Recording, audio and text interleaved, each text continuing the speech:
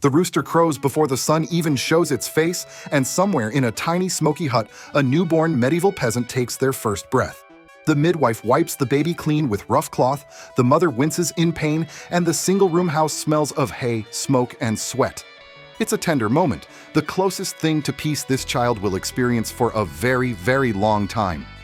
Because being born a medieval peasant means your life is already written for you. Not by fate, not by gods, but by land, by weather, and by people who own everything above you. Your first challenge? Staying alive for more than a week. Infant mortality is a cruel joke. A cold draft, a bad drink of water, an infection no one has a name for. Any of these can take you before you even learn to crawl. And if you do survive, welcome to your new job, work. You're barely walking when you start helping around the house. You fetch firewood, you gather eggs, you chase chickens through muddy yards, you carry water from a well that's probably contaminated but too far from the manor for anyone to care. Your house? It's not cozy. It's one smoky room shared with your whole family. The animals sleep inside during winter. The floor is dirt. The windows are tiny holes stuffed with cloth, and the air is thick with smoke because chimneys are a luxury you will never see. Your bed is a pile of straw that smells like damp moss, and sometimes mice live in it. Sometimes fleas, sometimes both. As you grow older, your life becomes one long battle against hunger. Famine is always lurking. One bad harvest and you're boiling weeds in a pot, hoping they don't poison you. You work from sunrise to sunset, and even then, you barely produce enough food to survive, because most of your crops don't belong to you. They belong to your lord. Your taxes aren't money. They're grain, chickens, labor, loyalty.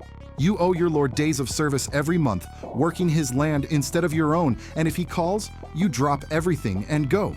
Your entire existence revolves around people who don't know your name and wouldn't care if you disappeared tomorrow.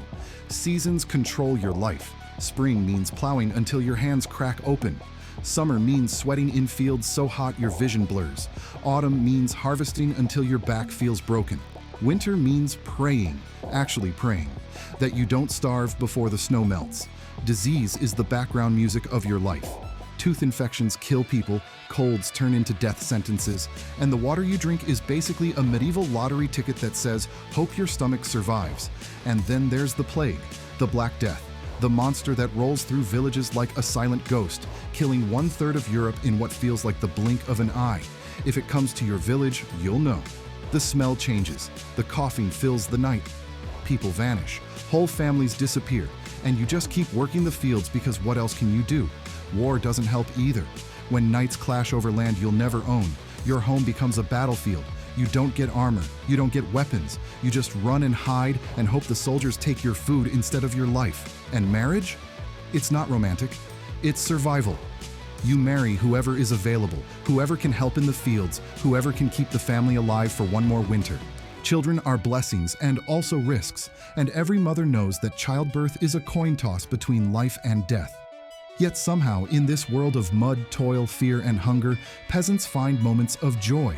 Village festivals with cheap ale, dancing around bonfires, stories told by candlelight, laughter in the fields when the weather is kind, market days where colors and smells explode with life.